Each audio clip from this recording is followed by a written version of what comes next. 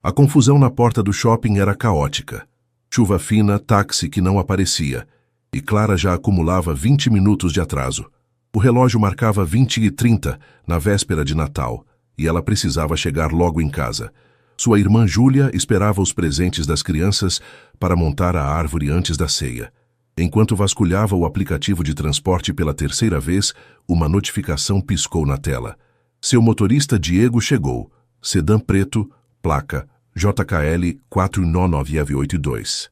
Clara ergueu os olhos e viu o carro. Um sedã escuro, imponente, parado exatamente onde o GPS indicava. Não pensou duas vezes. Abriu a porta traseira, acomodou as sacolas no banco de couro que exalava requinte e fechou com alívio. Boa noite. Pode seguir para a Vila Mariana, por favor. Rua Domingos de Moraes. O carro permaneceu imóvel. Nem um centímetro. O silêncio que se instalou era denso, quase palpável. O tipo de quietude que só isolamento acústico perfeito proporciona. Clara franziu a testa, esperando alguma reação do motorista. Mas ele continuou estático. O perfume a envolveu antes que qualquer palavra fosse dita. Amadeirado, intenso, definitivamente caro demais para um motorista de aplicativo. Quando procurou o espelho retrovisor para reclamar, o ar fugiu de seus pulmões. Não era o rosto cansado de quem dirige por horas. Era um homem de olhar penetrante, vestido com terno impecável, mão segura no volante. Alguém que claramente não trabalhava para ninguém, comandava. O constrangimento foi imediato. Meu Deus, que situação!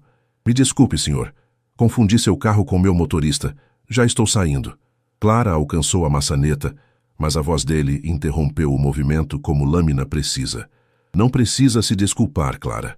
Ele manteve os olhos fixos à frente, embora falasse diretamente com ela através do espelho. Seu motorista cancelou a corrida há 3 minutos. Eu assumi o chamado. A explicação soou plausível, mas algo estava errado. Motoristas não assumem corridas assim, e ele havia dito seu nome com familiaridade excessiva. Como você sabe meu nome? A pergunta saiu mais agressiva do que pretendia, movida pelo medo que começava a se instalar. Ele finalmente virou a cabeça. O movimento foi calculado, quase cinematográfico, e a luz da rua revelou um rosto angular, maduro, com uma pequena cicatriz perto da sobrancelha esquerda. Está no aplicativo. Pausa deliberada. E por que eu estava te esperando? O estômago de Clara despencou. Aquilo não era coincidência, era armadilha. Puxou a maçaneta freneticamente, mas a trava de segurança já estava acionada. Meu nome é Léo Castelo. A voz permaneceu baixa, quase gentil, o que tornava tudo mais perturbador. E você acabou de entrar no único carro que poderia mudar sua vida completamente. O motor roncou.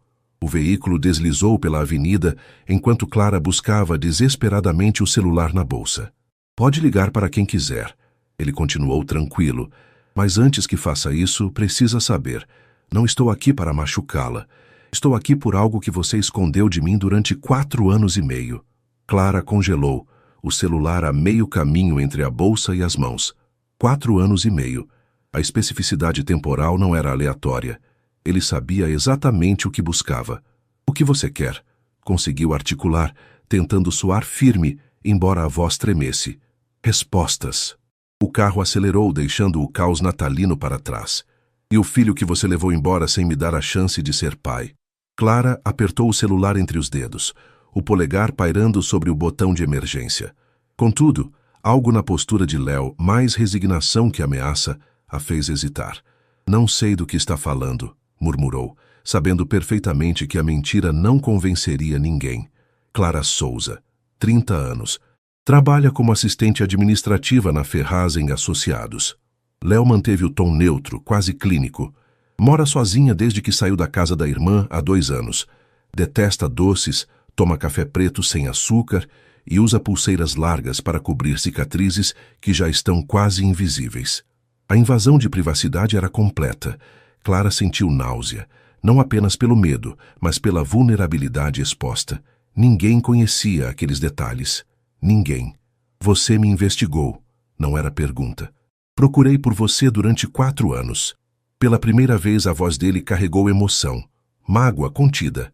Quando desapareceu naquela manhã de abril, deixando apenas uma carta vaga sobre precisar se encontrar, Achei que voltaria. Esperei 3 meses. Quando percebi que não voltaria, comecei a procurar. O carro saiu da avenida principal, entrando em uma via arborizada que Clara não reconhecia. A cidade ficava para trás, substituída por muros altos e portões imponentes. "Para onde estamos indo?" perguntou, embora parte dela já soubesse que não obteria resposta satisfatória. "Um lugar onde possamos conversar sem interrupções." Léo reduziu a velocidade ao se aproximar de um portão monumental de ferro forjado. "É véspera de Natal, Clara. Noite de estar com a família. E nós temos questões familiares pendentes." O portão se abriu automaticamente, revelando uma propriedade que desafiava as noções convencionais de riqueza. Era um complexo de vidro e concreto, moderno e isolado, com neve artificial caindo suavemente sobre pinheiros decorativos. Léo estacionou, desligou o motor, porém manteve o sistema de climatização ativo. Virou-se completamente para ela, e Clara viu algo novo naquele rosto. Ressentimento misturado com dor genuína. "Em abril de 2021, você desapareceu." Sua voz baixou, tornando-se mais íntima, mais perigosa. "3 meses depois, contratei investigadores. Descobriram que você havia mudado de cidade, trocado de emprego, até seu número de telefone era novo. Parecia determinada a sumir." Ele alcançou o console central. Clara sentiu a adrenalina disparar, mas ele não pegou nenhuma arma. Apenas um envelope de papel cartão, gasto nas bordas. "Há uma semana, enquanto esvaziava o antigo apartamento para venda, encontrei isto embaixo de uma gaveta solta da cômoda." Colocou o envelope no colo dela com delicadeza surpreendente. "É um ultrassom, Clara, de 6 semanas, datado de 10 de abril de 2021, 2 meses antes de você desaparecer completamente." Clara não precisava abrir o envelope. Sabia exatamente o que continha, a prova física que ela havia jurado ter destruído. De alguma forma, uma cópia tinha sobrevivido ao seu expurgo desesperado. As mãos tremiam quando finalmente abriu o envelope. Ali estava, a pequena imagem granulada, a seta apontando para o ponto minúsculo que representava uma vida, a vida do filho deles. "Você me disse que havia perdido o bebê", Léo continuou, "e agora a mágoa era inegável. 2 semanas depois desse ultrassom, você me ligou chorando, dizendo que havia tido um aborto espontâneo. Eu fui até sua casa, te abracei, chorei com você. E então, 1 mês depois, você desapareceu." Clara fechou os olhos. A memória daquele telefonema ainda a assombrava. A mentira necessária, a dor fingida que mascarava terror real. "Levei anos para juntar as peças", ele admitiu. "Mas na semana passada, quando encontrei esse ultrassom, tudo fez sentido. Você não perdeu nosso filho. Você fugiu com ele." O silêncio se estendeu, pesado com 4 anos de mentiras e verdades não ditas. "Onde ele está?" A pergunta veio carregada de urgência contida. "Onde está nosso filho?"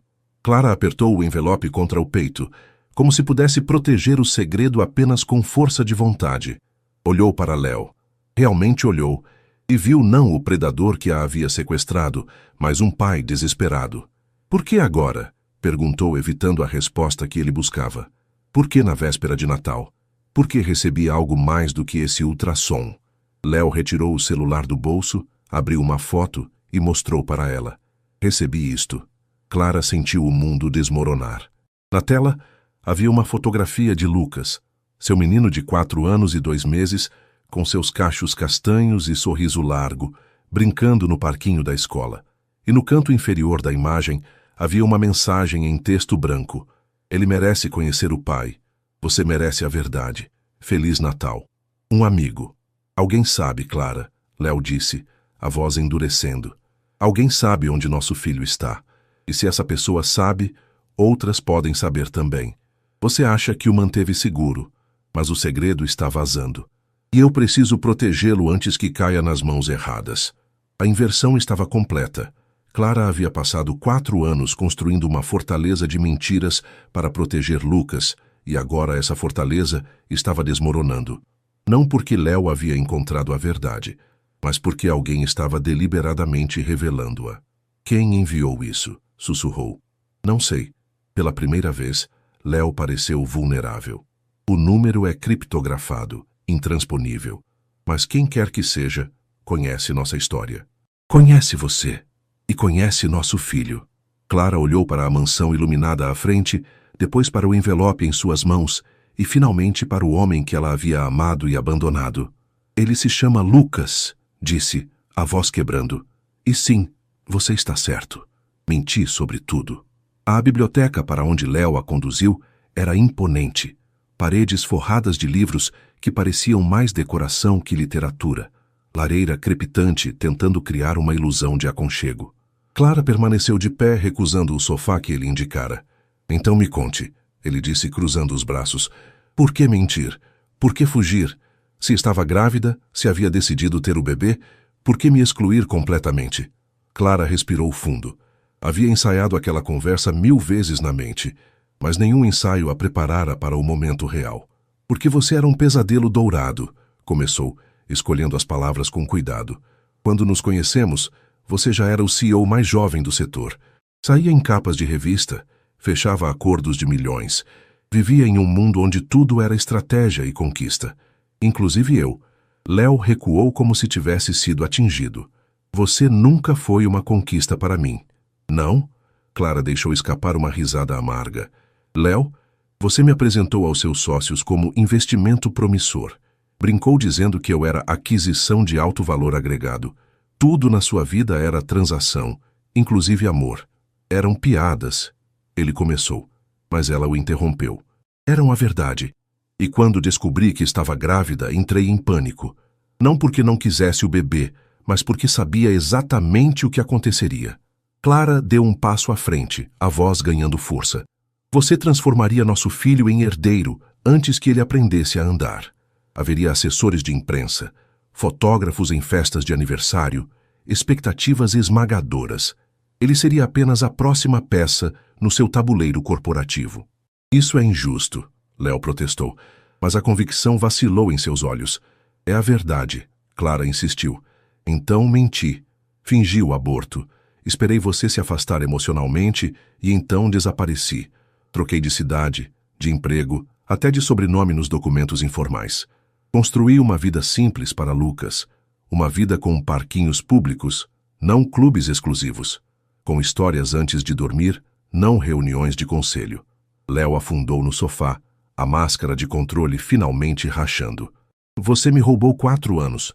Protegi nosso filho de um pai que ainda não estava pronto para ser pai. A correção veio firme. E antes que me julgue, pergunte-se, se eu tivesse contado a verdade naquela época, o que você teria feito? Seria capaz de abandonar sua empresa? De viver uma vida comum? O silêncio que se seguiu era a resposta suficiente. Exatamente, Clara concluiu, sentindo lágrimas ameaçarem. Você teria feito de Lucas um projeto, e eu não podia permitir isso. Léo passou as mãos pelo rosto, o cansaço emocional finalmente transparecendo. Quando falou novamente, a voz estava diferente, mais baixa, despida de autoridade. Você está certa. A admissão custou visivelmente. Naquela época, eu teria transformado tudo em espetáculo. Teria contratado as melhores babás, matriculado em escolas bilíngues, planejado o futuro dele antes que ele nascesse, e teria chamado isso de amor. Clara sentou-se finalmente, mantendo distância segura. Mas Léo continuou erguendo os olhos para encontrar os dela. Isso não muda o fato de que alguém descobriu. E se enviaram essa foto para mim, podem enviar para outros. Investidores, imprensa ou pior. Pessoas que queiram usar Lucas como alavanca contra mim. O medo que Clara tinha suprimido ressurgiu com força total. O que você está sugerindo? Que você pare de fugir, ele disse simplesmente. Deixe-me conhecer meu filho. Deixe-me protegê-lo do jeito certo dessa vez. Não como CEO, mas como pai. E como sei que pode ser esse pai? Clara desafiou. Como sei que não vai querer moldá-lo à sua imagem, transformá-lo em sucessor? Léo ficou em silêncio por longo momento, considerando. Então, surpreendentemente, sorriu. Não o sorriso calculado de executivo, mas algo genuíno e triste. Não sabe, admitiu. E eu não posso provar apenas com palavras. Então proponho o seguinte. Me dê uma chance. Um dia. Amanhã, dia de Natal. Deixe-me passar o dia com vocês dois, fazendo coisas comuns.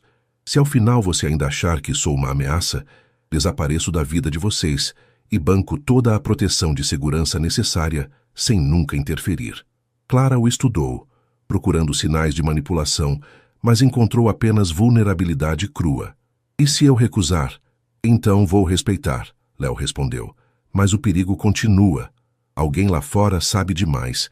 E eu prefiro enfrentar essa ameaça ao lado de vocês do que assistir de longe enquanto algo acontece. A lógica era inegável, embora aterrorizante. Clara pegou o celular, abriu a galeria de fotos e mostrou para ele dezenas de imagens de Lucas. No primeiro dia de escola, soprando velhinhas, aprendendo a andar de bicicleta. Ele é minha vida inteira, disse, a voz embargada. Se você machucá-lo de qualquer forma, ele é meu filho também, Léo interrompeu suavemente. E prometo que vou merecer essa verdade, ou vou passar o resto da vida tentando. Clara assentiu lentamente, selando um acordo que mudaria tudo. Amanhã, 9 horas. Estação da Luz. Estabeleceu as condições. Vista-se como pessoa normal, Léo. Nem seguranças, nem motoristas. Se eu perceber qualquer esquema, desapareço para sempre. E dessa vez, nem Deus encontra. Estarei lá, prometeu. Sozinho. Enquanto ele a levava de volta para casa, dessa vez realmente cumprindo o papel de motorista, nenhum dos dois notou o carro discreto que os seguia a 3 quarteirões de distância. O checkmate ainda estava muitos movimentos adiante. Léo chegou à cobertura, passava da meia-noite. Dispensou o segurança noturno e subiu sozinho, a cabeça fervilhando com revelações e perguntas não respondidas. Quem havia enviado aquela foto? Quem sabia sobre Lucas? Enquanto afrouxava a gravata, seu celular vibrou. Mensagem de Gustavo, seu CFO e melhor amigo desde os tempos de faculdade. Reunião cancelada amanhã. Aproveite o feriado. Feliz Natal, irmão. Léo digitou uma resposta automática de agradecimento, mas algo o incomodou. Gustavo nunca cancelava reuniões. Era mais workaholic que o próprio Léo. E aquele aproveite o feriado soava ensaiado. Por impulso, Léo foi até o escritório particular. Não deveria revisar arquivos corporativos na véspera de Natal, mas a inquietação era forte demais para ignorar. Abriu o sistema de comunicação segura da empresa. O protocolo de nível máximo que apenas ele, Gustavo e sua secretária Sônia tinham acesso. Verificou os logs de atividade recente. O que encontrou fez seu sangue gelar. Havia acessos ao sistema de segurança pessoal dele. Câmeras, rastreamento de localização, até escutas ambientais, nos últimos 6 meses. Mas não eram acessos dele. Eram de Gustavo. Léo sentou-se pesadamente. A traição corporativa era uma realidade no mundo dos negócios, mas Gustavo, o homem que fora padrinho no seu casamento fracassado, que assinara junto o primeiro contrato da empresa, continuou investigando, dessa vez com método mais sistemático. Descobriu uma pasta oculta intitulada Projeto Sucessão, nome neutro, mas o conteúdo era veneno puro. Dentro, havia documentos meticulosos, análise de suas vulnerabilidades psicológicas, relatórios sobre instabilidade emocional devido ao relacionamento fracassado, até um cronograma detalhado de como forçá-lo a vender sua participação na empresa. E então, na subpasta Catalisadores, encontrou o arquivo que mudou tudo, clara.docs. Léo abriu com mãos trêmulas. Era um dossiê completo, endereço atual de Clara, rotinas semanais, horários de entrada e saída do trabalho. E mais, havia o plano detalhado de como orquestrar o encontro casual na véspera de Natal. Operação Reconexão, 24/10/18:45. Agente confirma a presença de Clara no shopping Ibirapuena, 19h30. Agente infiltrado causa atraso proposital na reunião do trabalho dela, 20h20:15. Cancelamento automático da corrida de aplicativo, agendada. 20h30. LC posiciona sedã preto na saída principal, utilizando conta do aplicativo com nome falso. 20h35. Clara, atrasada e desesperada, confundirá o veículo com sua corrida. Objetivo: reunião emocional que desestabilize LC para decisões corporativas futuras. Léo sentiu náusea física. Nada havia sido coincidência. Nem a confusão de Clara, nem o acaso dela entrar no carro. Tudo havia sido teatro dirigido por Gustavo. Mas por quê? Qual era o objetivo final? Continuou lendo. A resposta estava 3 arquivos adiante. Fase 2 Custódia PDF. O documento era ainda mais sombrio. Gustavo havia preparado um processo de custódia fraudulento, com laudos psicológicos falsos, alegando que Clara era instável, perigosa para a criança. A estratégia era diabólica. Assim que Léo se reconectasse emocionalmente com o filho, Gustavo usaria a ameaça de tirá-lo como alavanca. LC oferecerá qualquer coisa para proteger a criança, inclusive controle acionário total. Prazo estimado para capitulação: 90 dias. Léo afastou-se do computador, respirando com dificuldade. Gustavo não queria apenas a empresa. Queria destruir sua vida pessoal no processo. E estava usando Lucas, uma criança inocente, como arma. O relógio marcava 02:17. Em menos de 7 horas, ele se encontraria com Clara e Lucas. Mas agora sabia que esse encontro era parte de uma conspiração maior. A questão era: o que fazer com essa informação? Se contasse a Clara, ela entraria em pânico e desapareceria novamente. Exatamente o que Gustavo queria, pois assim ele manteria Léo emocionalmente vulnerável. Se confrontasse Gustavo diretamente, o CFO poderia acelerar o plano e iniciar o processo de custódia imediatamente. Léo precisava de uma terceira opção, algo que protegesse Clara e Lucas, mas que também neutralizasse Gustavo de forma definitiva. Passou as próximas 3 horas elaborando um plano. Não seria rápido nem limpo, mas seria eficaz.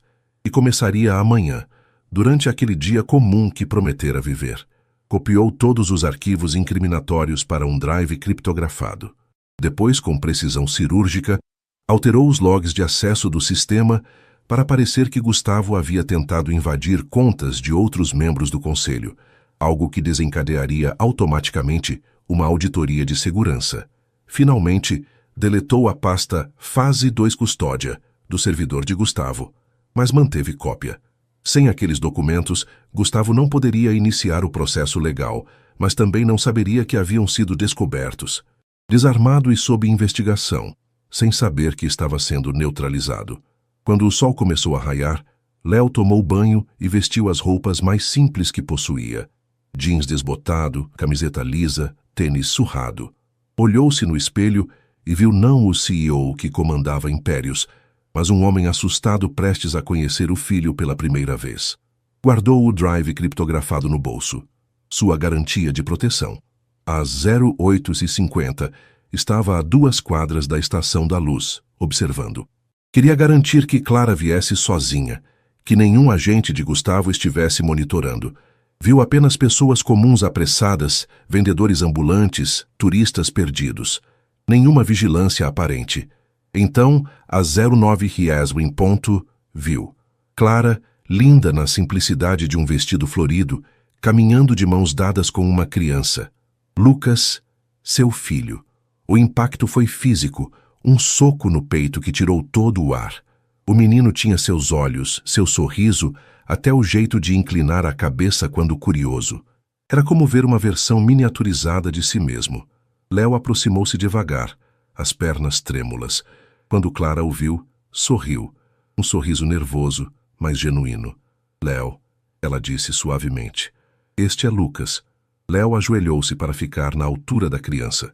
Pela primeira vez em anos não havia reunião na agenda. Ações para monitorar ou império para defender. Era apenas um homem olhando para seu filho. Oi, campeão, conseguiu dizer, a voz rouca.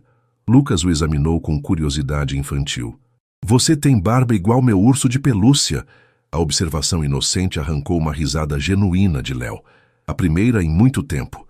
É mesmo? Como ele se chama? Senhor Bigode. Lucas falou com toda seriedade, o que tornava ainda mais adorável. Clara observava a interação com olhos marejados, mas também com vigilância protetora. Estava avaliando cada movimento, cada palavra. Que tal tomarmos um café? Léo sugeriu, mantendo o tom leve. Conheço uma padaria aqui perto que faz o melhor pão de queijo da cidade. Eu amo pão de queijo, Lucas praticamente gritou, pulando. Foi então que Léo viu. Discreto, a meio quarteirão de distância, um homem de terno escuro falava ao telefone enquanto observava na direção deles. Não era policial. Policiais não usavam relógios de R$ 5.000. Era segurança particular. De Gustavo. O plano estava em movimento e Gustavo estava documentando tudo. Léo pegou Lucas no colo. Parte carinho, parte proteção, e sussurrou para Clara enquanto caminhavam. Estamos sendo observados. Haja naturalmente, mas precisamos sair da área aberta. Clara ficou tensa, mas manteve o sorriso para Lucas. Para onde? Confia em mim, Léo pediu. Por favor. Entraram na padaria lotada, onde seria impossível ouvir conversas específicas no burburinho. Enquanto Lucas se distraía escolhendo doces no balcão, Léo explicou rapidamente. Descobri quem enviou aquela foto. Foi meu CFO, Gustavo.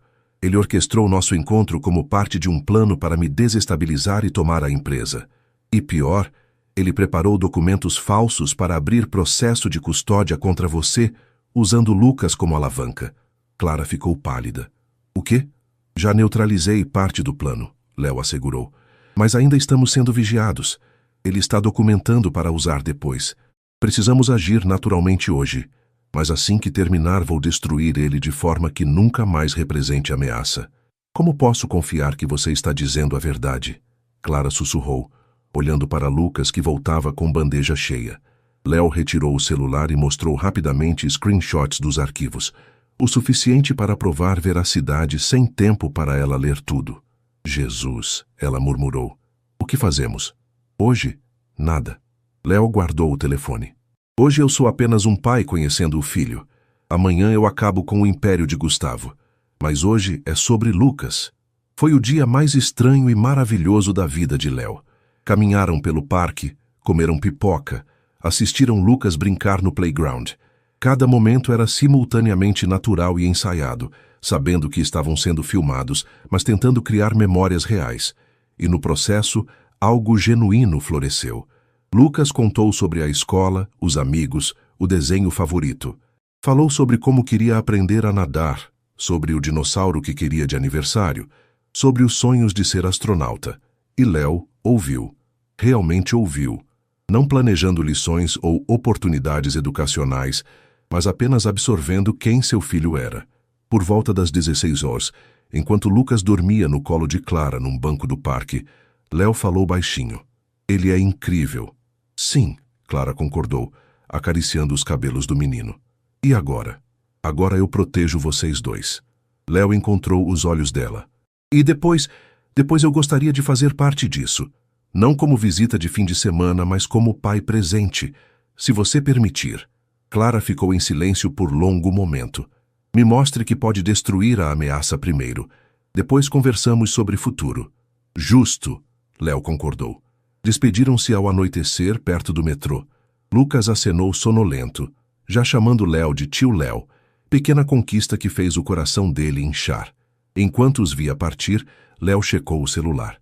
Mensagem de Gustavo. Vi que aproveitou o dia. Conversar segunda-feira? Temos assuntos importantes. O anzol estava lançado. Na segunda-feira, Gustavo planejava iniciar a chantagem, mas Léo tinha outros planos. E segunda-feira chegou fria e cinzenta. Léo entrou na sede da empresa às 07 réu, 2 horas antes do horário normal. Não foi ao próprio escritório, foi diretamente à sala do conselho. Já havia 5 membros esperando. Ele havia convocado reunião emergencial, algo que só fizera 3 vezes em 10 anos de empresa. Bom dia, cumprimentou, posicionando o laptop. Obrigado por virem. Sei que é feriado prolongado, mas descobri algo que não pode esperar. Conectou o computador ao projetor. Na tela gigante apareceu a primeira evidência, logs de acesso não autorizado ao sistema de segurança pessoal dele. Nas últimas semanas descobri que informações confidenciais estavam vazando. Léo começou, a voz firme e profissional. Documentos pessoais, rotinas privadas, até dados de terceiros não relacionados à empresa. Inicialmente suspeitei de ataque externo. Clicou para a próxima tela. Os arquivos de Gustavo. Mas era interno. Nosso CFO, Gustavo Ferreira, não apenas acessou sistemas restritos sem autorização, como criou um projeto elaborado visando desestabilizar minha liderança para tomar controle acionário. Murmúrios chocados percorreram a sala. Isso é sério, disse Helena, presidente do conselho. Tem provas concretas? Léo passou as próximas 2 horas apresentando evidências meticulosas. Os logs de acesso, as comunicações criptografadas, o plano documentado de manipulação emocional, os documentos de custódia fraudulentos. Não mencionou Clara ou Lucas por nome. Apenas se referiu a questões familiares privadas que Gustavo pretendia explorar. Manteve profissional, factual, irrefutável. Além disso, Léo mostrou a última evidência. Os logs indicam que ele também tentou acessar contas dos senhores Roberto e Carla, provavelmente buscando material para chantagem similar. Isso foi o golpe final. Ataques corporativos entre CEO e CFO podiam ser vistos como disputas de poder, mas ameaçar múltiplos membros do conselho era traição institucional. Onde está Gustavo agora? Helena perguntou, o rosto fechado. Chega às 9, Léo respondeu. Sugiro que o esperemos. Às 09h15, Gustavo entrou na sala de reuniões, sorriso confiante nos lábios. Esperava encontrar apenas Léo, não o conselho completo. O sorriso morreu instantaneamente. Gustavo, Helena assumiu o comando. Fomos informados de sérias irregularidades. Gostaríamos que explicasse estes acessos não autorizados. Mostrou os logs. Gustavo empalideceu, mas recuperou-se rapidamente. Isso é absurdo, protestou, olhando para Léo com raiva mal disfarçada. Léo, o que está fazendo? São arquivos do nosso sistema de segurança compartilhado. Sempre tivemos acesso mútuo. Para questões corporativas, sim, Léo respondeu calmamente. Não para rastreamento de localização pessoal, câmeras residenciais ou criação de dossiês sobre minha vida privada. E definitivamente não para elaborar estratégias de chantagem usando crianças. A última palavra caiu como bomba. Gustavo ficou lívido. Não sei do que está falando. Projeto Sucessão, Léo interrompeu. Operação Reconexão. Fase 2, Custódia. Quer que eu continue? O silêncio na sala era sepulcral. Gustavo olhou ao redor, percebendo que estava completamente cercado. Você sempre foi instável emocionalmente. Tentou um último ataque. Desde que aquela mulher te largou, nunca foi o mesmo. Estava tentando proteger a empresa de suas decisões erráticas, justificando espionagem, manipulação e falsificação de documentos legais? Helena cortou, gelada. Gustavo, está suspenso imediatamente com efeito imediato. Segurança irá escoltá-lo para recolher seus pertences pessoais. Uma auditoria completa será realizada. Dependendo dos achados, processos criminais podem ser iniciados. Vocês não podem... Gustavo começou. Podemos e iremos, Roberto, o advogado corporativo, afirmou. Além das violações internas, há evidências de preparação para fraude processual, o que é crime federal. Sugiro que contrate um advogado, Gustavo. Vai precisar. 2 seguranças entraram. Gustavo olhou para Léo com ódio puro. Você vai se arrepender disso. Não, Léo respondeu simplesmente. Mas você vai. Enquanto Gustavo era escoltado para fora, Helena virou-se para Léo. Você agiu corretamente ao trazer isso a nós, mas preciso perguntar, há mais envolvidos nesta situação pessoal? Alguém mais em risco? Léo considerou cuidadosamente a resposta. Havia. Mas com Gustavo neutralizado e sem acesso aos recursos que planejava usar, a ameaça está contida. Bem, Helena acenou. Então sugiro que tire alguns dias de folga. Nomeie um CFO interino, mas você pessoalmente precisa de distância disso. Arrume sua vida pessoal. A empresa estará aqui quando voltar. Era tanto ordem quanto permissão. Léo assentiu. Obrigado. Saiu da reunião sentindo o peso enorme sendo retirado dos ombros. Gustavo estava destruído profissionalmente. Enfrentaria processos legais e nunca mais teria recursos ou credibilidade para ameaçar Clara ou Lucas. Mas Léo sabia que o trabalho estava apenas começando. Tinha neutralizado a ameaça, mas ainda precisava conquistar o direito de ser pai. Enviou mensagem para Clara. Está resolvido. Posso explicar pessoalmente? Quando você estiver pronta. A resposta veio 20 minutos depois. Hoje à noite, 20 horas, meu apartamento.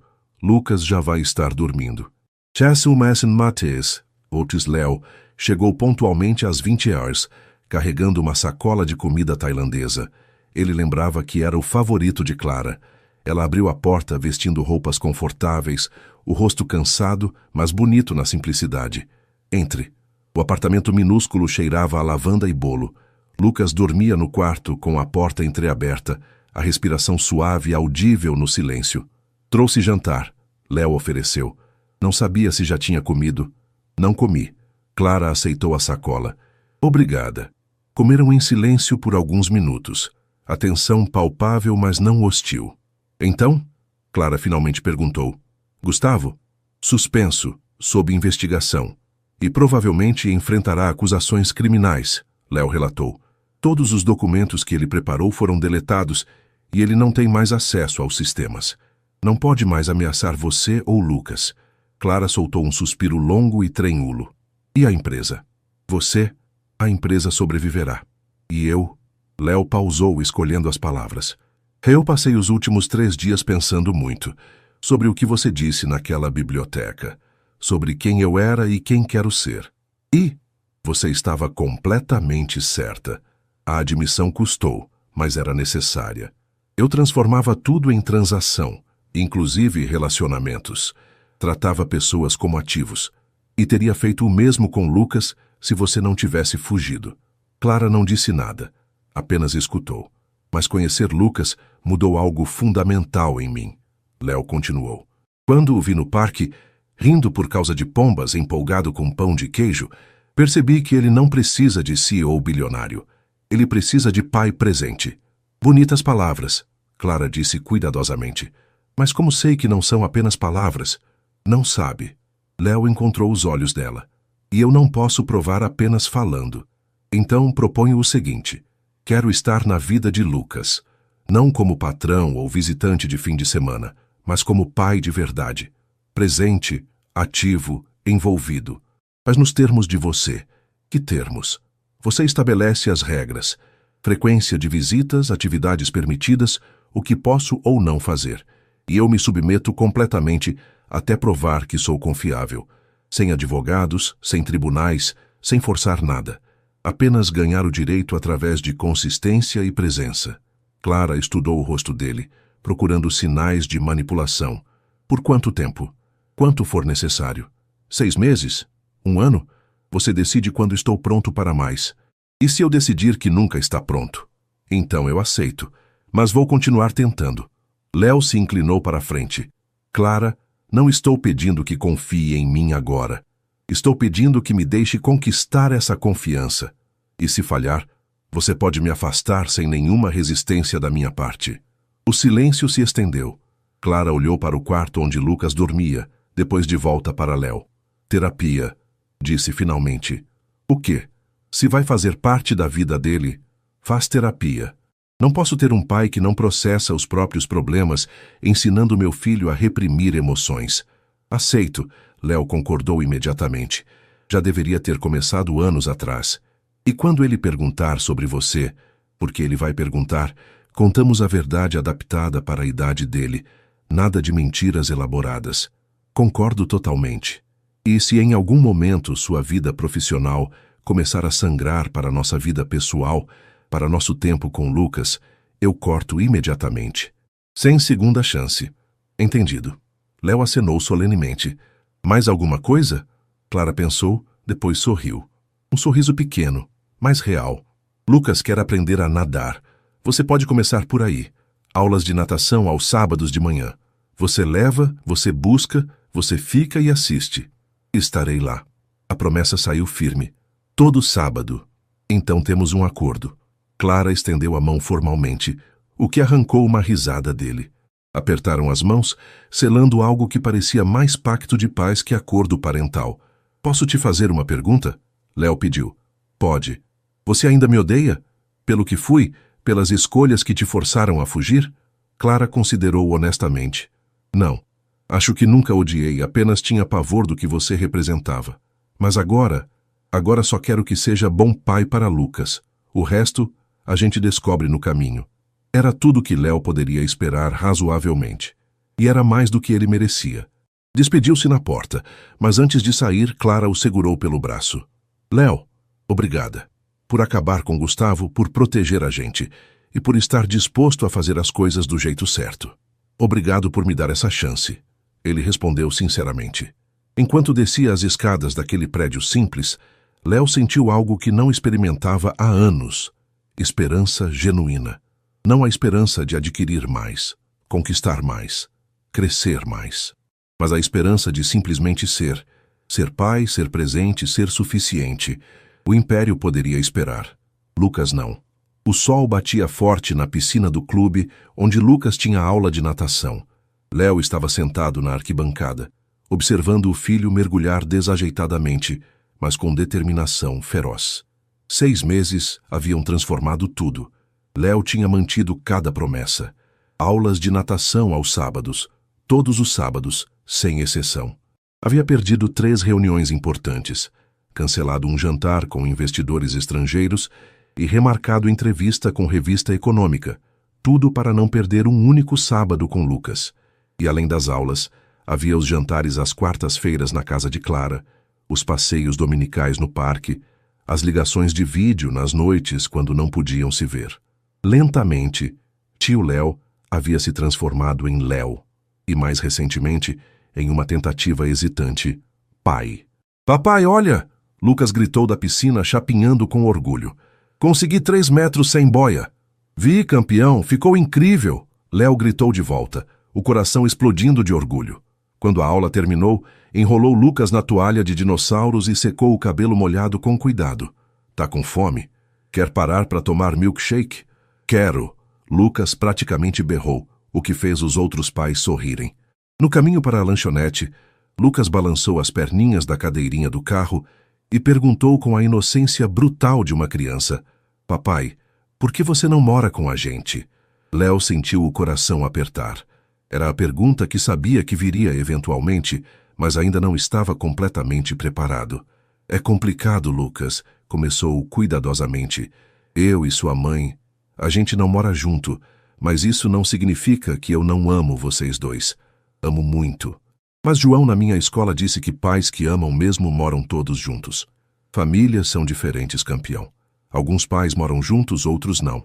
Mas o que importa é que eu sempre vou estar presente. Sempre vou te buscar. Sempre vou estar aqui quando precisar." Lucas pensou nisso enquanto tomava o milkshake. "Tá bom, mas seria legal se você estivesse lá quando acordo de manhã." A frase simples carregava peso imenso. Léo não respondeu nada. Apenas acariciou os cabelos ainda úmidos do filho. Mais tarde, quando deixou Lucas de volta com Clara, ela notou algo diferente no rosto dele.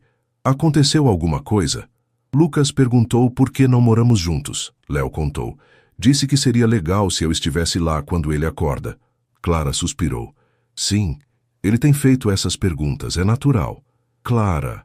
Léo começou, depois hesitou. "Eu sei que ainda estamos no período de prova, que você ainda está me avaliando.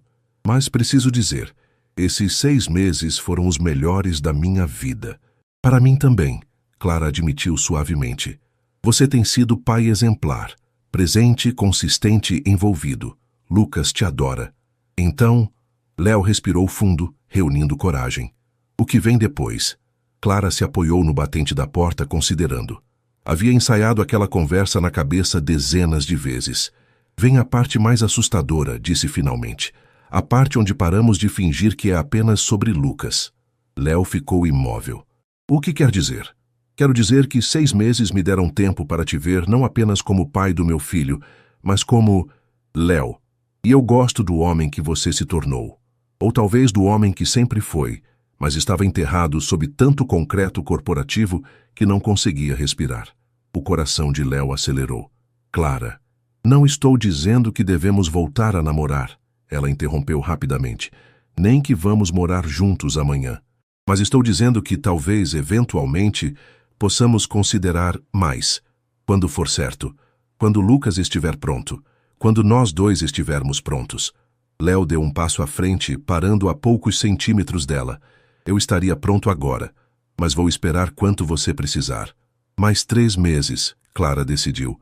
"Vamos ver como o relacionamento evolui naturalmente. E se ainda fizer sentido no final, conversamos sobre o próximo passo." 3 meses, Léo repetiu sorrindo. "Posso fazer isso." "Bem", Clara devolveu o sorriso. "Agora vá. Lucas tem escola cedo amanhã, e você tem essa reunião absurdamente importante que tem mencionado." "Não mais importante que isto", Léo disse sinceramente.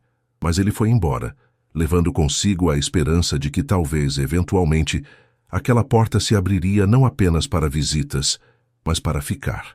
Os próximos 3 meses passaram em velocidade estranha, rápidos demais e lentos simultaneamente. Léo continuou com aulas de natação, jantares, passeios, mas agora havia algo diferente. Ele e Clara começaram a conversar mais, não apenas sobre Lucas, mas sobre tudo. Filmes, livros, política, sonhos. Havia jantares depois que Lucas dormia, onde dividiam vinho e histórias. Havia mensagens tolas durante o dia, memes estúpidos e piadas internas. E havia os momentos, como quando Lucas teve febre alta e Léo passou a noite inteira no apartamento minúsculo, ajudando Clara a fazer compressa, ou quando Clara teve uma crise de pânico sobre pagamento de boletos e Léo simplesmente ouviu, sem oferecer dinheiro, apenas apoio emocional. A terapia estava ajudando. Léo tinha finalmente começado a processar anos de obsessão por controle, entendendo de onde vinha aquela necessidade e como canalizá-la de forma saudável. E Clara, por sua vez, trabalhava seus próprios traumas. O medo de abandono, a tendência a fugir quando assustada, a necessidade de controle total que, ironicamente, espelhava o que criticava em Léo. Eram 2 adultos feridos aprendendo a ser inteiros. Juntos. No final dos 3 meses, Léo levou Clara e Lucas para um fim de semana no litoral. Não um resort luxuoso, mas pousada simples com vista para o mar. Lucas construiu castelos de areia enquanto seus pais caminhavam pela praia. Então, Léo finalmente perguntou. Acabaram os 3 meses. Acabaram, Clara confirmou observando Lucas brincar. E eu estou completamente apaixonado por você. A confissão saiu simples, honesta. Não como era antes, quando você era troféu ou conquista, mas como a mulher que me mostrou que eu não era a versão de mim mesmo que fingia ser, como a mãe incrível do meu filho, como alguém que quero ao meu lado todos os dias. Clara parou de caminhar. Virou-se para encará-lo, os olhos brilhando com lágrimas que ela não permitia cair.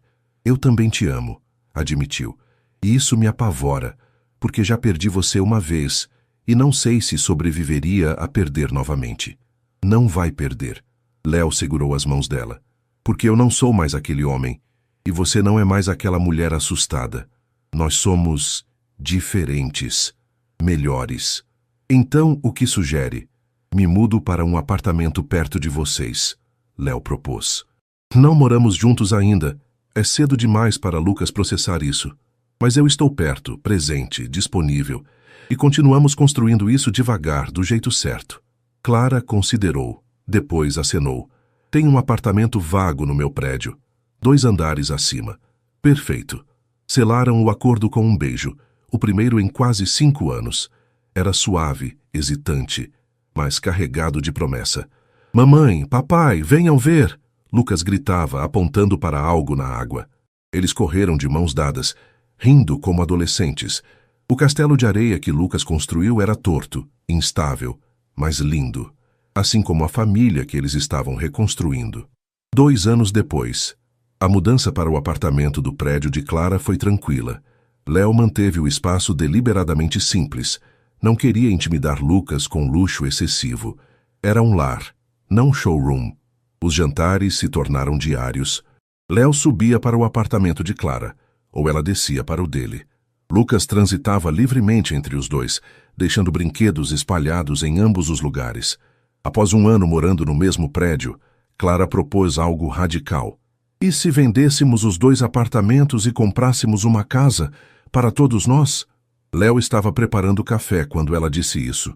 Quase derrubou a xícara. Você tem certeza? Lucas tem 6 anos agora. Ele entende que somos uma família, apenas estruturada diferente. E honestamente, eu adoraria acordar com você todas as manhãs. 3 meses depois estavam se mudando para uma casa modesta na Zona Sul. 3 quartos, jardim pequeno, nada ostentoso, mas perfeita. Lucas escolheu o próprio quarto e o decorou com pôsteres de dinossauros e astronautas. Havia espaço para bicicleta, para cachorro, que adotaram 2 meses depois, para a vida real. Léo reduziu drasticamente sua carga de trabalho. Promoveu uma CEO operacional excelente e manteve apenas posição de chairman do conselho, presente para decisões estratégicas, mas não operação diária. Isso lhe dava tempo. Tempo para levar Lucas à escola, para ajudar com lição de casa, para ler histórias antes de dormir, para simplesmente estar. E tempo com Clara. Jantares românticos depois que Lucas dormia, fins de semana de viagens curtas, conversas longas sobre tudo e nada. Quando Lucas completou 7 anos, Léo pediu Clara em casamento. Não foi pedido de revista. Foi numa tarde de domingo, depois que os 3 plantaram tomates no jardim. Estavam sujos de terra, cansados, felizes. Léo simplesmente ajoelhou ali no meio da horta improvisada e disse: Clara, você transformou minha vida. De CEO perdido em pai presente, de homem vazio em ser humano completo, case comigo. Não porque precisamos, mas porque quero oficializar o que já somos. Família. Clara, com terra nas bochechas e lágrimas nos olhos, disse sim. O casamento foi pequeno. Família próxima, amigos íntimos, Lucas foi pajem levando as alianças com seriedade adorável. E quando o juiz perguntou se Léo aceitava Clara como esposa, ele respondeu: não apenas aceito, mas já aceitei há muito tempo. Gustavo eles souberam por notícias eventuais. Havia cumprido 3 anos de prisão e saído em liberdade condicional. Tentara reconstruir carreira, mas estava permanentemente manchado. Enviara um e-mail anos depois, não pedindo perdão, apenas explicando que agira por inveja. Léo deletou sem responder. Aquele capítulo estava fechado. O presente importava. E o presente era bom. Lucas estava no 3º ano. Ótimo aluno, mas melhor amigo. Tinha herdado o sorriso de Léo e a empatia de Clara. Era gentil, curioso, feliz. Um dia, aos 8 anos, perguntou durante jantar: Pai, você é rico? Léo e Clara trocaram olhares. Haviam evitado aquela conversa, mas sabiam que viria. Sim, Léo respondeu honestamente. Tenho dinheiro da empresa que construí. Então por que moramos aqui? João da escola disse que rico mora em mansão. Porque mansão não faz família feliz, campeão. E eu prefiro 1000 vezes esta casa, com você e sua mãe, do que qualquer palácio sozinho. Lucas pensou nisso, mastigando o espaguete. Faz sentido. Eu também prefiro aqui. Bom, Léo bagunçou o cabelo dele. Porque este é nosso lar. Mais tarde naquela noite, Clara e Léo estavam na varanda, observando as estrelas raras de São Paulo. Você sente falta? Clara perguntou. Da vida antiga? Do poder? Do controle? Léo pensou honestamente antes de responder. Não, sinto falta de 0 coisas daquela vida. Porque aquela vida era vazia. Esta aqui, ele puxou-a para perto. Esta é real. Ainda bem. Clara encostou a cabeça no ombro dele. Porque estou grávida. Léo ficou paralisado. O quê? 6 semanas. Descobri hoje. Ela ergueu os olhos nervosa. Está tudo bem? Eu sei que não planejamos. Léo a interrompeu com um beijo profundo. Depois colocou a mão no ventre ainda plano dela com reverência. Está mais que tudo bem. Está perfeito. Epílogo. 5 anos depois. A praia de Santos estava barulhenta num sábado ensolarado. Lucas, agora com 13 anos, surfava com amigos enquanto Sofia, de 4 anos e meio, construía castelos na areia. Clara, grávida de 7 meses do 3º filho, um menino que decidira chamar Pedro, descansava sob o guarda-sol. E Léo, com 43 anos e cabelos começando a grisalhar, vendia o peixe do dia no quiosque que comprara 2 anos atrás.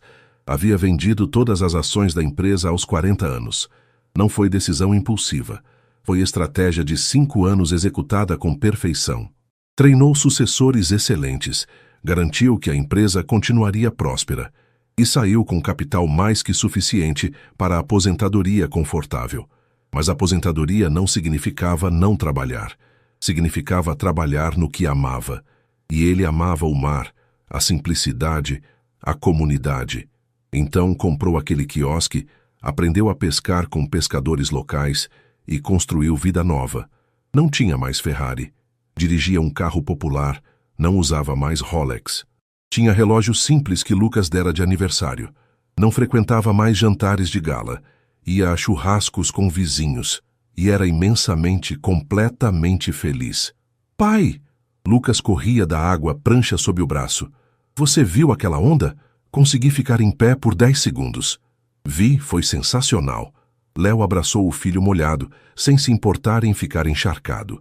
Lucas havia crescido bem, alto, confiante, mas humilde. Queria ser biólogo marinho.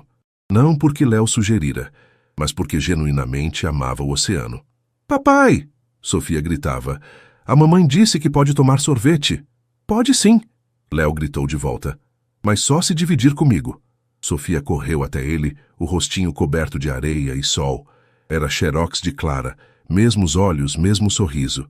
Naquela noite, depois que as crianças dormiram no bangalô que alugaram para o fim de semana, Clara e Léo sentaram na varanda ouvindo o mar. Você é feliz? Clara perguntou, a mão no ventre.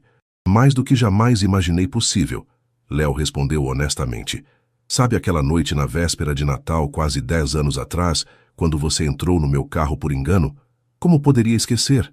Passei anos achando que aquilo foi armação de Gustavo. E foi, tecnicamente. Mas agora acho que foi destino usando Gustavo como ferramenta. Clara riu. Destino complexo. Os melhores destinos são... Léo beijou a têmpora dela. Porque você entrou no carro errado naquela noite. E cheguei exatamente onde precisava estar, Clara completou. Ficaram em silêncio, embalados pelo som das ondas e pela certeza absoluta de que haviam encontrado seu lugar no mundo. Léo Castelo já fora CEO bilionário, homem na capa de revistas, alguém que movimentava mercados. Agora era pai, marido, pescador. E nunca, nem por um segundo, se arrependeu da troca. O carro errado o havia levado para a vida certa. E essa era a única jornada que realmente importava.